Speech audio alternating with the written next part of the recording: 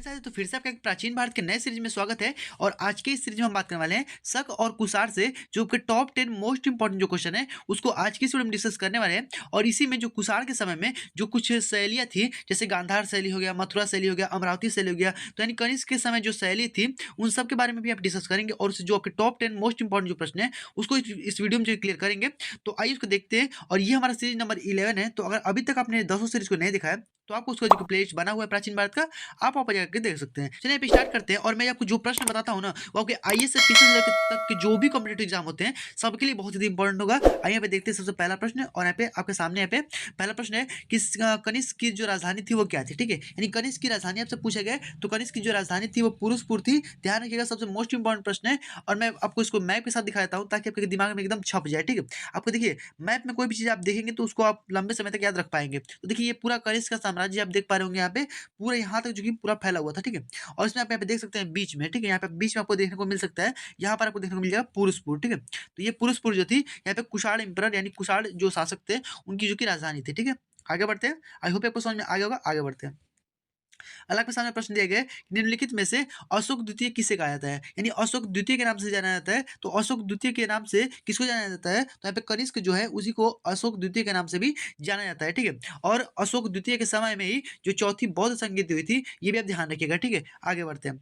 अगला के सामने प्रश्न दिया गया, तीसरा वाला प्रश्न है कि शक संवत किसने और कब प्रारंभ की थी। ठीक है, इसको आपको ध्यान रखना है। ठीक है, शक संवत की बात की गई है, यानी शक संवत का मतलब क्या होता है कि अगर देखिए, अगर आपको विक्रम संवत दिया होता है ना, तो आपको मतलब कि 57 साल घटाना पड़ता है। ठीक है, लेकिन अगर आपको यही शक संवत निकालना हो तो शक संवत जैसे कि मान लीजिए अभी यहाँ पे चल रहा है 2023। ठीक है, 2023 चल रहा है ना, तो अगर आपको शक संवत निकालना है ना, तो आपको इसमें 2023 में यानी 23 में आपको यहाँ पे अगर 78 साल को घटा देंगे ना, तो आपका यहाँ पे जो शक संवत है वो निकल करके आ जाएगा। ठीक है, तो यानी कनिष्क के समय में कनिष्क ने 78वीं ईस्वी में इसको जो कि लागू किया था, फिर प्रारंभ किया था, शक संवत को इसने स्टार्ट किया था। ठीक है, 2023 में अगर यहाँ पे 78 साल अगर आप यहाँ पे घटा देंगे ना, तो आपका यहाँ पे जो शक संवत है वो निकल करके आ जाएगा। ठीक है, तो आई होप आपको समझ में आ गया होगा। आगे यहाँ पे बढ़ते हैं। अल्लाह के सामने यहाँ पे आप देख सकते हैं यह शक संवत है, और इसी के माध्यम से यहाँ पे पहले में जो कैलेंडर थी वो इसी प्रकार का हुआ करती थी। ठीक है, और इसके माध्यम से जो कि पता किया जाता था। ठीक है, कि कितना तारीख है, कब, यहाँ पे देख सकते हैं, यहाँ पे पूरा यहाँ पे दिया गया है। ठीक है, पहले के लोग भी भाई सब कुछ जानते थे। यहाँ पे जनवरी, फरवरी, मार्च, अप्रैल, ठीक है, यहाँ पे देखिए सब एकदम दिया हुआ है लाइन से, और इसको यहाँ पे इससे पता किया जाता था। ठीक है, यहाँ पे देखिए पूरा डेट दिया गया है यहाँ पे, और इस प्रकार से इसमें घुमाने वाला होता है, ऊपर इसमें लगाया गया नहीं गया है अभी, उसको घुमाने वाले से पता चल जाता है। ठीक है, यानी उसको घुमा घुमा करके और डेट को पता किया जाता है। ठीक है, आगे बढ़ते हैं। आई होप आपको समझ में आ गया होगा। अगला आपके सामने हमें प्रश्न दिया गया कि चरक जो थे वो राज चिकित्सक थे, यानी ये जो चरक है, चरक जो था उनका नाम है। ठीक है, एक वैद्य थे यानी चिकित्सक थे, उन्हीं का नाम है। और ये किसके राज दरबार में रहते थे, तो आपको ध्यान होगा कि यह जो है कनिष्क के दरबार में रहते थे। तो आपको यहाँ पे 2-3 क्वेश्चन याद रखना है। जैसे चरक जो है वो कनिष्क के दरबार में रहते थे, वैसे ही जो पार्श्व थे, ठीक है, पार्श्व जो है ये भी कनिष्क के दरबार में रहते थे।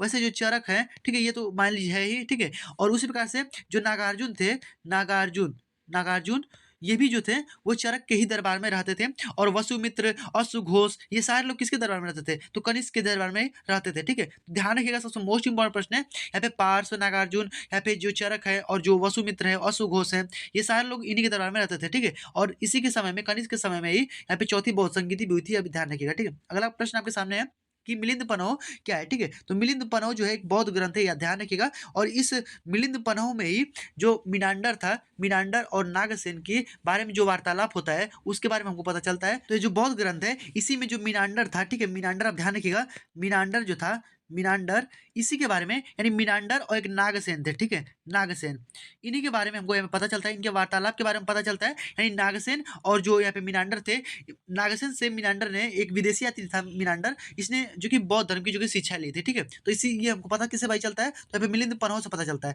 तो ये हमारे एक बौद्ध ग्रंथ है, ध्यान रखिएगा, बहुत ही इंपॉर्टेंट प्रश्न है। ठीक है, आगे बढ़ते हैं। यहाँ पे आप देख सकते हैं ये मिलिंद पनह है, यहाँ पे उनकी किताब है। आई होप आपको समझ में आ गया होगा। ठीक है, अगला आपके सामने प्रश्न दिया गया है कि बिना बेगार के यहाँ पे जो मतलब कि जो सुदर्शन झील है, आप ध्यान रखिए बस इसको, कि सुदर्शन जो झील है इसका जीर्णोद्वार जो कि कराया था, यानी पुनर्निर्माण जो कि किसने कराया था, तो पुनर्निर्माण जो है वो रुद्रदामन ने कराया था। ध्यान रखिएगा। ठीक है, रुद्रदामन प्रथम ने जो कि जो मतलब सुदर्शन झील था इसका जो कि पुनर्निर्माण करवाया था। हालाँकि पुनर्निर्माण जो है वो इसके पहले जो कि चंद्रगुप्त मौर्य ने भी कराया था, ठीक है? फिर अशोक ने भी कराया था, फिर यहाँ पे रुद्रदामन ने तीसरे पे कराया, उसके बाद से जो स्कंदगुप्त आया गुप्त वंश में, उसने भी जो सुदर्शन झील है इसका यहाँ पे पुनर्निर्माण कराया था, ठीक है? तो यहाँ पे ध्यान रखिएगा, प्रश्न इस एग्जाम में पूछे जाते हैं। आपको यहाँ पे दिखाए थे यहाँ पे सुदर्शन झील यहाँ पे कौन सी है भाई? तो देखिए यहाँ पे सुदर्शन झील यही है, ठीक है? ये सुदर्शन झील है, इसका जो है पुनर्निर्माण इन चारों शासकों ने कराया था। सबसे पहले चंद्रगुप्त मौर्य, उसके बाद से अशोक, उसके बाद से यहाँ पे रुद्रदामन और उसके बाद से कौन है? तो यहाँ पे स्कंदगुप्त, ठीक है? ध्यान रखिएगा, लाइन से एकदम आपको एग्जाम में जो कि पूछा था, ठीक है? अगला आपके सामने प्रश्न दिया गया कि निम्नलिखित में से किस शासक ने सिक्कों पर बुद्ध प्रतिमा, ठीक है? बुद्ध प्रतिमा व यूनानी लिपि बोडो बध का अंकन किया था, ठीक है? यानी जो बोडो है वो मतलब किस शासक ने जो बुद्ध की प्रतिमा और यहाँ पे जो यूनानी जो लिपि है बोडो, इसका अंकन जो है किसने किया था, ये आपको बताना है, ठीक है? तो ध्यान रखिएगा, कनिष्क ने ही यहाँ पर जो कि जो ये शासक था इसने सिक्कों पर बुद्ध की प्रतिमा, ठीक है? बुद्ध की प्रतिमा और जो लिपि है यूनानी लिपि बोडो, इसका अंकन जो कि अपने सिक्कों पर जो कि करवाया था, ठीक है? तो ध्यान रखिएगा, बहुत ही ज्यादा इंपॉर्टेंट है। यहाँ पे कनिष्क ने ही इन सिक्कों पर जो कि बोडो जो लिपि है और जो बुद्ध की प्रतिमा है इसको यहाँ पे अंकन जो कि करवाया था, ठीक है? ध्यान रखिएगा, इंपॉर्टेंट प्रश्न है। आगे बढ़ते हैं। अगला के सामने प्रश्न दिए गए कि निम्नलिखित में से किस शासक ने सर्वप्रथम सोने के सिक्के को जारी करने का श्रेय जाता है, ठीक है? यानी सोने का सिक्का सबसे पहले किसने जारी किया था? तो ध्यान रखिएगा, सोने का सिक्का जो है वो विम कटफिसेस ने जो कि जारी किया था, ठीक है? विम कटफिसेस जो था यह एक शुद्ध सोने का सिक्का जारी किया था, ठीक है? याद रखिएगा, शुद्ध सोने का सिक्के की अगर बात करेंगे ना तो कुषाण जो थे वो शुद्ध सोने का सिक्का जारी किए थे सब। तो कुषाण में भी जो विम कटफिसेस था इसने शुद्ध सोने का सिक्का जारी किया था। हालांकि इसके पहले भी जो यूनान वाले आए थे सब उन्होंने सोने का सिक्का जारी किया था। लेकिन अगर शुद्ध सोने के सिक्के की बात की जाएगी कि शुद्ध सोने का सिक्का जो है वो किसने जारी किया है, तो यहाँ पे कुषाण ने ही जारी किया था, उसमें भी विम कटफिसेस ने जारी जो कि किया था, ठीक है? आगे बढ़ते हैं। अगला आपके सामने प्रश्न दिया गया कि निम्नलिखित में से चीनी सेनापति कनिष्क को पराजय किया था, ठीक है? पान चाउ को यहाँ पे पराजित किया था। ध्यान रखिएगा, बहुत ज्यादा इंपॉर्टेंट है, ये भी ध्यान रखिएगा। अगला आपके सामने प्रश्न है यहाँ पे कि कुषाण शासक कनिष्क का जो राज्याभिषेक जो हुआ था वो कब मतलब किस सन में हुआ था? तो ध्यान रखिएगा, यहाँ पे 78वीं ईस्वी में ही इसका जो कि राज्याभिषेक भी हुआ था और 78वीं ईस्वी में ही जो कि इसने अपना जो कि एक शक संवत को भी स्टार्ट किया था, जो कि मैंने अभी आपको ऊपर यहाँ पे बताया है, ठीक है? तो यहाँ पे ध्यान रखिएगा, दोनों इंपॉर्टेंट है। अगला आपके सामने सूची वाला प्रश्न है, तो आइए भी यहाँ पे कुछ शैलियों से भी प्रश्न को देख लेते हैं, ठीक है? यहाँ पे शैली से आपको यहाँ पे सूची यहाँ पे बनी हुई है, उसको यहाँ पे देखते हैं। सबसे पहले यहाँ पे कुछ कला शैली या फिर शिलालेख या फिर पुस्तक दिए गए हैं, इसको आपको संबंधित व्यक्ति बताना है, यानी किस व्यक्ति से संबंधित है, ठीक है? पहला आपका गांधार शैली है, तो गांधार जो शैली था वो आपको ध्यान रखना है, या कुषाणों ने जो कि मतलब स्टार्ट किया था, ठीक है? कुषाणों के समय में ही गांधार शैली थी और गांधार शैली में ही जो महात्मा बुद्ध की मूर्ति अभी बनाई गई है, इसको मैं आपको अभी आगे यहाँ पे दिखाऊंगा, ठीक है? उसी प्रकार से और यहाँ पे जो जूनागढ़ शिलालेख है, ठीक है? जूनागढ़ शिलालेख का भाई किसका है? तो यहाँ पे जो रुद्रदामन प्रथम था इसका यहाँ पे जूनागढ़ अभिलेख हो जाएगा। उसके बाद से यहाँ पे जो मिलिंद पन्हो है या भाई मीनांडर, अभी मैंने आपको ऊपर बताया, ठीक है? मीनांडर और यहाँ पे नागसेन के बारे में यहाँ पे चर्चा है जो कि उसमें मिलती है, ठीक है? उसके बाद से यहाँ पे तक्षशिला जो लेख है यह भाई किसका है? तो यहाँ पे पत्तिक का हो जाएगा, ठीक है? तो अब भी यहाँ पे मिलाइए, देखिए भाई इसमें बहुत सारे लड़के कंफ्यूज जाते हैं कैसे मिलाया जाता है, तो ध्यान रखिएगा। ए देखिए गांधार शैली है, तो गांधार का भाई किसमें मर गया? तीसरा में, ठीक है? तो यहाँ पे ए लिख देते हैं, फिर यहाँ पे दूसरा में, ठीक है? बी लिख देते हैं, फिर यहाँ पे सी लिख देते हैं, उसके बाद डी लिख देते हैं, ठीक है? और भाई देखिए इसके सामने कौन सा नंबर भाई? तो 3 है, फिर यहाँ पे 4 है, ठीक है? यानी 3 4 उसका से 1 और 2, ठीक है? 3 4 1 और 2 यहाँ पे देख लेते हैं भाई कौन सा है? तो 3 4 1 और 2 भाई कहाँ पर है? तो वही हमारा सही हो जाएगा। तो 3 4 1 और 2 हमारा डी वाला ऑप्शन जो है वो हमारा करेक्ट हो जाता है, ठीक है?